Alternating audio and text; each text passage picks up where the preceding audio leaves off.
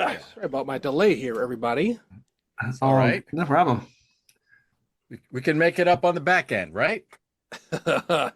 Nope. I gotta get out of here. Should we just jump right into this? Should we skip pre-show and just jump into Yes. greetings and let's do it. Let's do it. Welcome, everybody. It's the Maximum Party Zone listening party. I'm Bill. I'm Bobby. Danny. Yes, man, that's pretty good. That was pretty Okay. good. Yeah. It's pretty good. All right. Yeah. You in a commercial, Danny? No. I have an update. It's not on a commercial I'm in. This is a while back we talked about we did the second annual IP Pitch Fest, and I saw Morgan & Morgan, a prominent law firm around the world. I think of Florida, but I guess it's everywhere. Accident attorney, right? Yes. Yes. The main guy is he's actually a Florida Gator. Oh, Gators. And didn't we come up with a polite name for accident attorneys in an earlier episode? If we did, replaced ambulance chaser with I do not remember. Health surrogate. Concerned bystander with degree in law. Oh, that's nice. That's nice. Okay. Convenient. That's okay. Friendly face when you're down. I watched the commercial that and it was like they are really trying to distance themselves from Disney, but huge disclaimer. I thought the commercial was pretty funny as commercials go. Yeah. It's Steamboat Willie rear ending. So not Mickey Mouse. No. So it's Betty Boop. Huh? Mm-hmm. Yeah. Next year they're working on that. Yeah. Yeah. So that's just an update, reflecting what we talked about. Someone actually taking advantage on the commercial side. Oh yeah. And on top of that, I also wanted to add 2 pats on the back this week. All right. Okay. One for Bill, your editing. Go. I think now I'm trying to remember why did I put this down? Well, you were having problems last week with all your That's right. Figuring out the game, which should be a half-hearted apology on me of just for not I glanced at the game and okay, that makes sense. But then as I was reading, I was like, oh, I should have actually read it a little bit more thoroughly. Your I'm sorry is my you're welcome. Yeah. Okay. All right. So that was wow.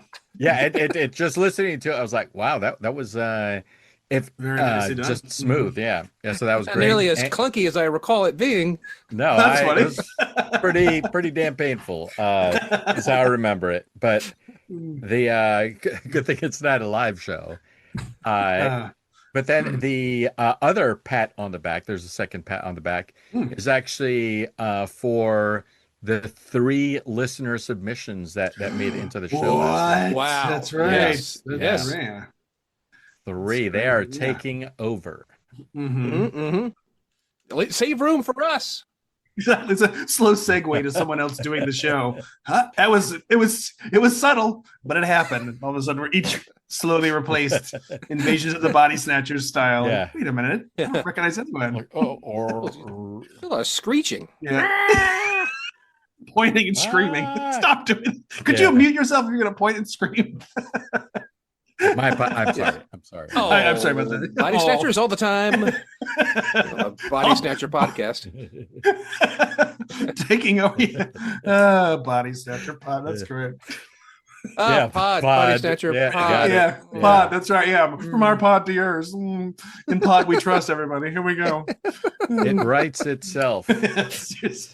From Alien. The Body Snatchers podcast is just so it's all the hive mind has spoken. We have to follow. Yes, we have to follow.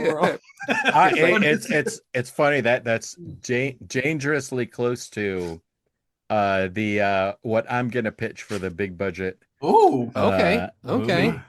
We have a big budget extravaganza coming up later in the show. But it will cost the listeners nothing. That's the best part. $1 billion experience for free. Hmm. You know. Hmm. I have a news of the macabre. Mm. Two of them actually. Mhm.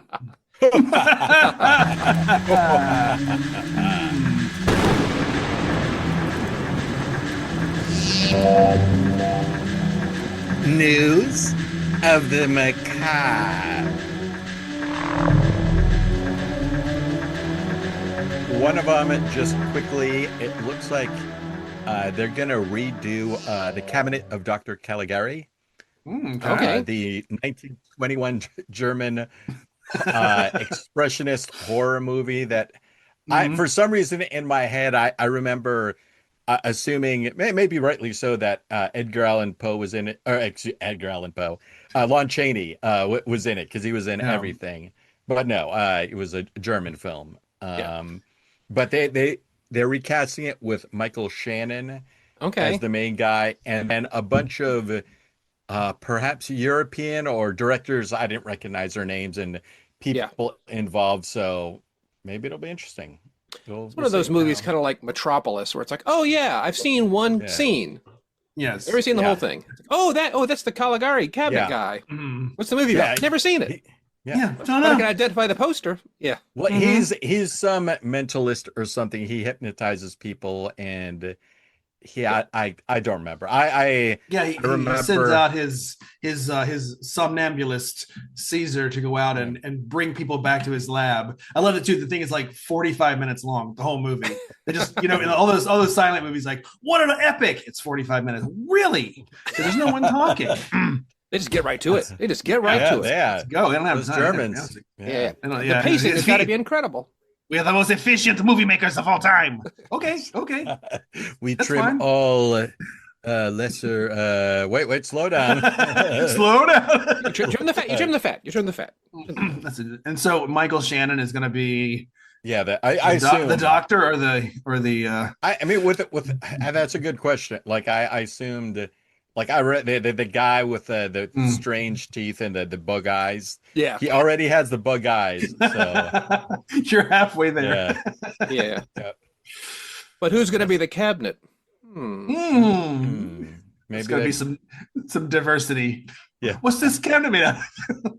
It's teak. Oh, interesting. Oh, It's something else. Okay. Was ebony too expensive? Well, no, but no. I mean, and Black History Month, how dare you? Cabinet sponsored by IKEA. Oh, that's funny. He's like, can't put this damn thing together. He's like, to me, my mindless drone, like, trying to screw it together. I can't find the Allen wrench. Yeah. Why? We should have gone to Rooms to Go. Oh, Dr. Caligari. You guys sold out. Totally, that's a really funny. It's like, who are they? Like Dr. Caligari presents. It's like Oscar Mayer. It's like, I could use a bologna sandwich in the lab. Sure thing, Doc. What? Like, so they just only paid $1,000. How did they make that work? Just nonstop sponsorships. Movie. Yeah. Much. The plugs of Dr. Caligari. Yeah. Promos. Yeah.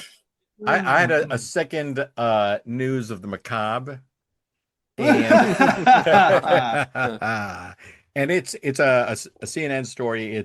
The title says skeletons found in mysterious pit died violent deaths in Anglo-Saxon era England. And so I'll read that a couple of segments here. Dateline London, in an idyllic corner of an English field beneath the lush green grass and yellow buttercups sprouting in the sunshine, archaeologists made a grim discovery. Sifting through the soil, they found a pit dating back around 1,200 years filled with skeletons, some complete, some dismembered, that bore the signs of horrific, violent death. Oh. The pit. Yeah. So continuing a little bit further, skipping a few things here. The pit could contain remnants of a battle or an execution sometime in the 8th or 9th century AD, this archaeologist hypothesized. But the evidence either way is still unclear. One of the bodies was buried face down, a, quote, a sign of huge disrespect, said the archaeologist, with her arms and legs possibly tied together And then another was almost certainly beheaded. The first vertebra of their spine was cut, and there was a big mark on their lower jaw. Only the lower leg bones, feet, and kneecaps remain of another body. And they were buried in a single pit, which was unusual for the time, as Christian custom dictated that people, even if they have been executed, were normally buried separately, said the archaeologists. Yeah, and so all these are good signatures of an execution. And but lying on top of 4 bodies and the legs of another body were 6 more skulls, suggesting it's not a straightforward execution. Like it makes a twist, like it's a the bodies are buried at the same time because skulls no longer have their lower jaws attached. And then it goes into discovering a site like this allows archaeologists to further understand the culture and society of early medieval England. And when the country was fragmented into several kingdoms, but rulers like Offa were beginning to unify it, and Alfred the Great was fighting off Viking invaders. And then it also adds, the team also wanted to analyze the skeleton's teeth. Horrible. To figure out their diets. They're definitely British by looking at those teeth. And one final grim detail. Some striking details, however, are already evident. One body has a large hole in its skull, suggesting the person underwent ancient surgery of trepanation, which was thought to help migraine, seizures, and psychological disorders. The person was also 6'5" tall, a remarkable height at the time when the average man was around 5'6". Okay. Yeah. 6'5"? Wow. That's like wrestler nonsense. Yeah. Yeah. One last detail I forgot to add. If the bodies date from 9th century, they are more likely to have been involved in a battle between the Saxons and the Vikings, the archaeologist said. Whereas if they date from the 8th century, before the Viking invasion, it is likely they were killed as some form of justice. Ooh, good. Yeah. Finally. Yeah, whatever they did. I also like the idea that they didn't feel like digging a bunch of graves. They just throw them in one pit. It's like the laziest guys. They're like, I don't know, just cut their heads off and throw them in a pit. Murder pit. Throw them in the murder pit. Murder pit. Everyone's favorite game night. It's murder pit. I don't want to play I don't know. I'm so tired. Can we do it tomorrow night? Murder pit. It's been a hell of a week. I don't know. I'm thinking about this idea of like scientists to figure out a way, like, all right, we take a skull, see where its mouth is and how it is and where it was lying, and we can reconstruct what its final words were. What was it saying when it died? It's like, no! No! Ow, ow, ow, ow, ow, ow, ow. Boy, that looks sharp. Yeah. Yeah. Why don't you do something about it? Interesting. Oh, yeah? You and what army? Oh, no! Chip, chop, chip, chop, chip. Yeah. I can taste part of my jaw. Oh, Yes. man, that's horrible. No. Wow. Oh, no. Found one body that seems to have been saying, "Hello, governor," right before it died. Which would explain why it was hacked into several pieces. Yes. So Both annoying. all arms and legs cut off, the groin desecrated. So much by far. In fact, it still may be live and in pain. We're not sure. Did you see that thing where they had found had taken a mummy and did an MRI of the esophagus of the mummy? Yeah. Oh, no. What he would have sounded. Oh, yeah. What he would have sounded. Is that the way we like? Yeah. They did the 3D 3D printed his esophagus of the thing, and they're like, we're now going to blow air through the esophagus of a 5,000-year-old mummy to see what it sounded like, and you can find it online, but it's just like, oh, it's like it's horrible, like, oh. My entire academic career comes to oh man, okay. Mama, Dad, I hope. Then I was going to say King Tut. What did you think I was going to say? What did you think I was going to say? Papyrus? I don't know. Oh, anything. Pass the pita bread and olives? What did you think I was going to say? I don't know. Yeah. Nope. Nope. Yeah. Well, find a link to it. It's very funny. All right. Very- Yeah, we can post it in the episode. Yep. Show notes. Yep. Yeah. So do we want to go into? Bobby had an opening pitch from last week, or we can jump into the main event. Why don't we jump to the main event, and we'll see if I'll do my pitch sometime in March, because every week it can wait. It's evergreen. Okay. Okay. So we can do that. So with this, we're going to pitch a big budget movie. If we have a log line, we can throw out the log line. We'll probably pitch some A-list actors in the film, and then a studio that is in charge of it is going to throw a couple of restrictions into it, and so it'll be up to us to pare them down. One way of doing this is I give y'all my pitch that you're then in charge of, and then I'll play the studio and start adding the restrictions. Okay. So then y'all will kick mine around, and then I'll kick, Bobby and I'll kick yours around, Danny, and then Danny and I will kick Bobby's around. Okay. And does everybody have their pitch and some complications before we get rolling? Yes. I can cut this out. Okay. No, pat on the back. Change the rules. Hey, new rules. Awesome. Okay, who wants to give the first pitch here? I can go, Danny. That's your game. You should. All right. I call it the grind, although it changed from the original, so that now the grind doesn't make sense. But a hive mind which goes to what we were talking about earlier. A hive mind created from homeless people using a repurposed Google Glass failed venture to help them overcome their situation, develops a sentience and decides it knows the best way a society should be run as it continues to add people to its collective consciousness. So basically they put on it's a Google Glass thing that failed miserably, or like a Facebook thing that hasn't gone over well. They decide to let's not throw it away, let's give it to homeless people, and someone creates a thing that I think it could be like, hey, this will help you get a job. This will help you navigate. This is where the bus is. Who to talk to at City Hall to get your paperwork together. And just you could pitch it as this this personal assistant. You need a buddy. I think it's a social worker that's with you at all times who can help you navigate the system. Yeah, get you on your feet. Yeah. Yeah, it initially it was for people who are slackers, or that's why it was the grind. It was about getting you to be a better worker.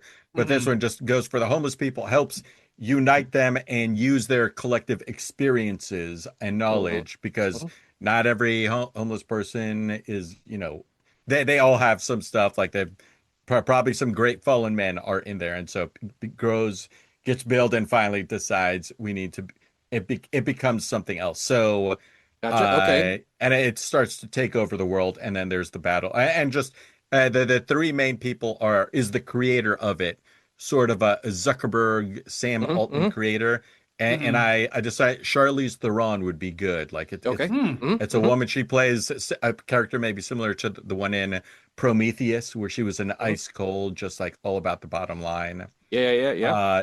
That Paul Giamatti as the president. Okay. Yeah. Okay. And then with the homeless people, everyone would be taken over, but it would start probably with the first one. And this is recency bias, having watched Wonder Man, but now I forgot his last name. But he could be known as the first one, and sort of speaks with the voice of the collective consciousness. Prime. He sort of, yeah. Well, Bobby and I Hive Prime. Prime. Bobby and I are ready to get this project over the finish line, and we're ready for that $1 million budget. Okay, I have 6. We don't have to do all 6 complications. Sure. But I out of 1, 2, 3, 4, 5, or 6, pick one of those. 3. All right, 3. The lead loves showing off their ballet skills, so we must justify a reason to show them ballet dancing. Okay. So we're talking Charlize Theron's got a ballet dance. Right. Yeah. Okay. Interesting. No, I was thinking she's opened a dance studio literally around the corner here in Studio City. It's called The Six. So she's like probably looking to promote this. So maybe she could sort of in her hive mind, sort of virtual reality, go to this studio and do her dancing. And that's where she has her best thinking. There's like numbers flying around and all kinds of scenarios and all the different. She can connect everyone via. She's got this whole like what is science without art? It's all connected. It's all connected, and okay. We got it in. No problem. Great. All right. Okay. How about number 4? Again, number 4. Halfway through the shoot, the lead dies. Oh no. And there isn't enough time / money to recast them. So the rest of the movie must be centered around a co-star. Okay. First off, condolences to the family. Yeah, condolences to the film is dedicated family. To. Yeah. Well, I think probably we take all of Theron's stuff we've shot and make it all visions that Hive Prime sees. So she's never in the movie as a living character. She's always a flashback, a memory. The computer has these little bits of her dancing, and it doesn't make any sense. Like, what does it all mean? The dancing, I don't understand. And also, you could do a lot of over-the-shoulder shots of someone who's roughly her size. Yeah, a stand-in, which we've just recently talked about as stand-in. Yes. Oh, excellent. Okay, all right. We're navigating. Yeah. Okay. There's 4 more. Okay. We don't have to do. What's that? Let's do number 1. Let's try number 1. All right. It's a location limitation. It can only be shot in an Arby's, a church, and someone's townhouse. I hate to be gross and kind of inappropriate, but as Arby's, can we do outside the Arby's? Yeah. Okay, so we could, in theory, get 4 different street locations. Okay. So on all outsides of the Arby. We could get 4. Dress them up a little differently, and this could be, we're having homeless people. Nice. This could be, That's producing. Nice. Yep. I think we could also have the Arby's be the memory of one of the characters. That's where his dad took him for one of his favorite meals. So he always goes back to the Arby's in his memory, in his hive mind, where he bumps into this dancing woman in the kitchen. What the hell is she dancing about? I gotta catch that woman. I don't understand. And I bet we could CGI Charlize Theron dancing in the Arby's. So it's like, whoa, it's all coming together. It's all mixing. This hive mind computer is crazy. It's doing all kinds of crazy stuff. Yeah. Can I get some more horsey sauce? Already. And you also said a townhouse and a church. A church. Okay. Church. Okay. Yeah. Okay. Well, does the church include like the office at the church and like Sure. Okay, so like the bishop's office or the minister's office, that could be Paul Giamatti's office. Yeah. We dressed it up nice. Yeah. Yep. Some flags in there. Okay. It could be at sort of like White House North or Camp David or something. DC is overrun with him, so we had to move the president to his much smaller office just inside the church. Yes. Yeah. You may notice the Resolute desk is not here, and there's a lot of Christian iconography. But know this. It's the Resolute card table. What's that about? I just got it. Yeah. There's no drawers anywhere. I can't do it. It's like a little wobbly. Yeah. And somebody's townhouse. Well, that's just gonna have to be all of the houses, all of the. And again, if we can if there's a garage in the townhouse where we can kind of make it look like the streets or whatnot.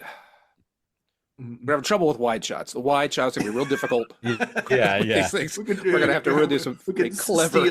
Steal some shots. Let's drive around guerrilla style and take some just films and go during a parade. I love it. Absolutely. Look at all those people marching together. Wow. Hive mind. And someone even says it's almost like there's some part of some hive mind. Get the audio. Yeah. CGI out all their signs, so they're just doing the weird things with their arms. Like, why are they doing that with their arms? That's peculiar. And that's the dance she's doing in the dream. Is that it all makes sense. It all makes sense. It makes perfect sense. Okay. Let's do one more and then move on.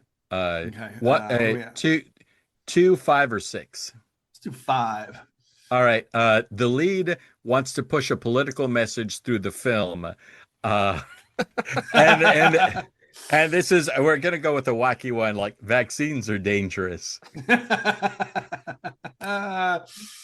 Okay. Okay.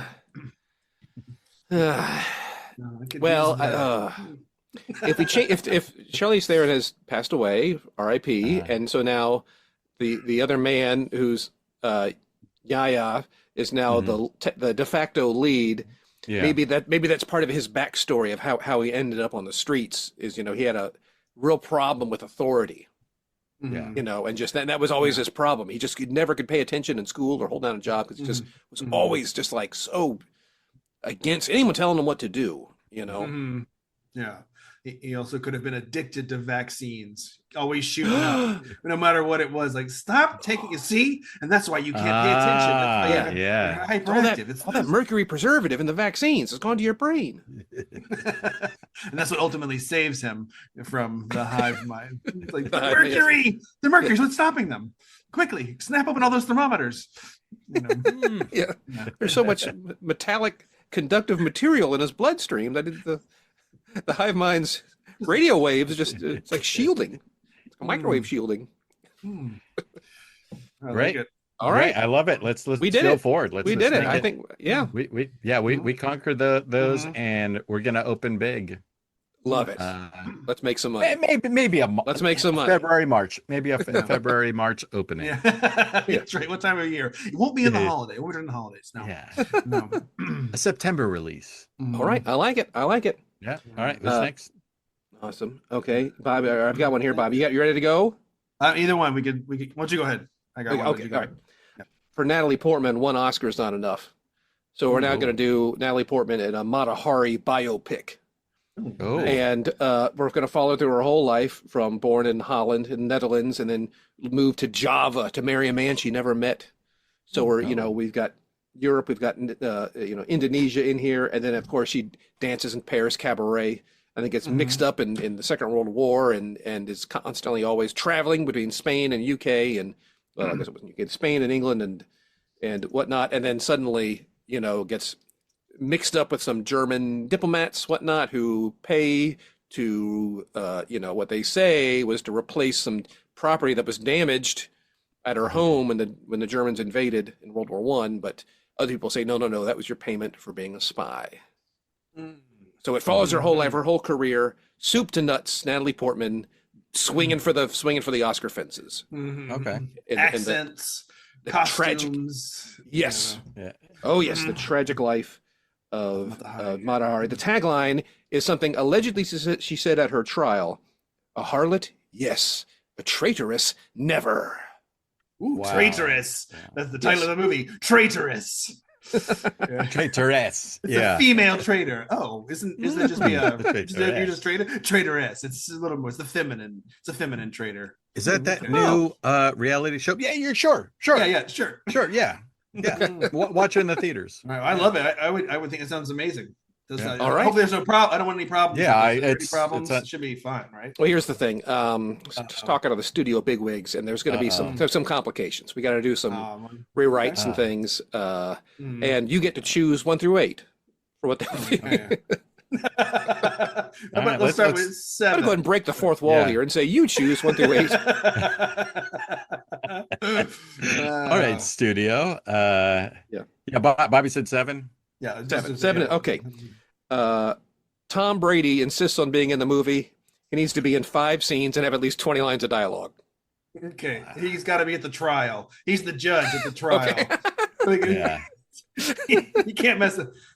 Order. Next up, you're in contempt. That's 3 right there. Go long. Cut. Like what? Huh?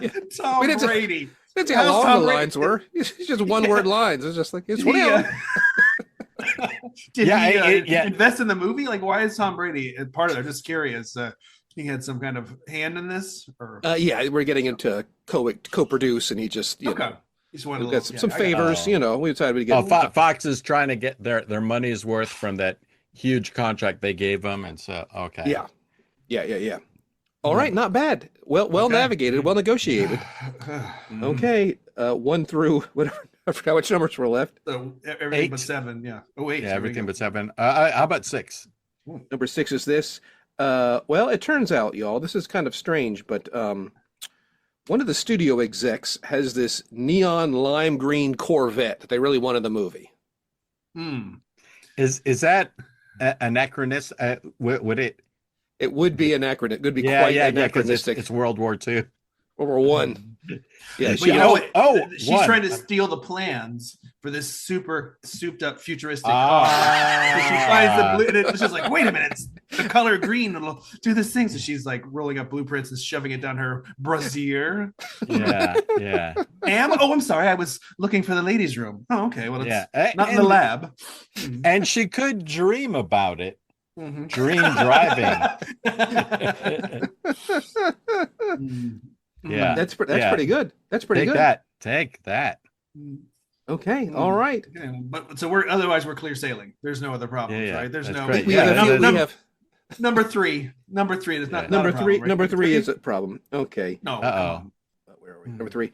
Number 3 is the highest paid actor, in this case Natalie Portman, insists on being double cast. I mean, it's kind of greedy because she's already playing several, roles as a spy or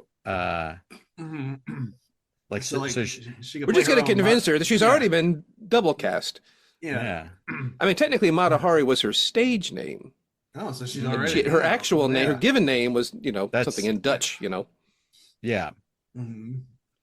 Yeah. We're just going to talk her off the ledge on that one. That's your telling me. We're just going to talk her down. I could say yeah. we could have a scene with her, maybe a dream sequence, her as Matahari and her as herself having a conversation with each other, like you're betraying me, no, you're betraying me, and that could be the Oscar moment that she got so emotional. Oh, yeah. Big. That's the clip they showed her in the ceremony. Is her arguing with her mirror self. For Only Natalie Portman could hold a scene with Natalie Portman. Peeled her ego. Yeah. Yeah. Which I'm sure is huge. I've never met the woman. Know nothing about it. She's what they call Hollywood down to earth. So she has an enormous ego, but pretends like she doesn't. That's what keeps her down on earth. Oh, It's so heavy. It keeps her on earth. It's the gravity. Now, we're all kind of like that, aren't you? Wouldn't you say? Well, I'm sorry to tell you this, but we have one more. The studio, looking at some of the, going over the script, looking at some of the dailies, we really think that there could be a sequel here. What? And I know she is executed for being a spy at the end, but we need a sequel teasing final scene. We slowly push in on the Matahari's gravestone, and a hand rips from the ground underneath. And she claws herself out, and then we show a flashback where how was she exexecuted? We could I think firing squad. I think. Yeah. Oh, totally. It was all blanks. She was all the thing, and so her body, her guard / lover digs her out of the ground, and she was like, "That was a little too close." Maybe Tom Brady gets another line in there. Yeah, I'm here. I dug Tom you Brady's up. here. Tom has a shovel. Okay. Wait, Tom, you just keep throwing them touchdowns. One word at a time. Is that 20 yet? Is that 20? Keep going. Just keep shouting things you say. Oh, it's cold out here. It must be 60. Yeah. Yeah. This way. Follow me. Thank you. You have saved me. You have saved me. Okay. With a thumbs up. Oh man. Yeah. Okay. Okay. Yeah. Wow, Tom, what was it like to work with Natalie Portman? That must have been quite a thrill, huh? I did. Yeah, you did. Yeah. Okay. Wait. His method. Is he method? No, that's who he is. He's always in character. What's his character? He's just a dumb guy. Super. That's no. He doesn't. Actually, I don't think he's very dumb. He comes up. Not fair. I don't know Tom Brady. He seems very down to earth. Yeah. So, Yes. Yeah. All that money weighing him down. I know. My All those pockets Super are Bowl full rings. of gold. Dragging his hands across the ground. Rings so heavy. The eternal respect of any sports fan. All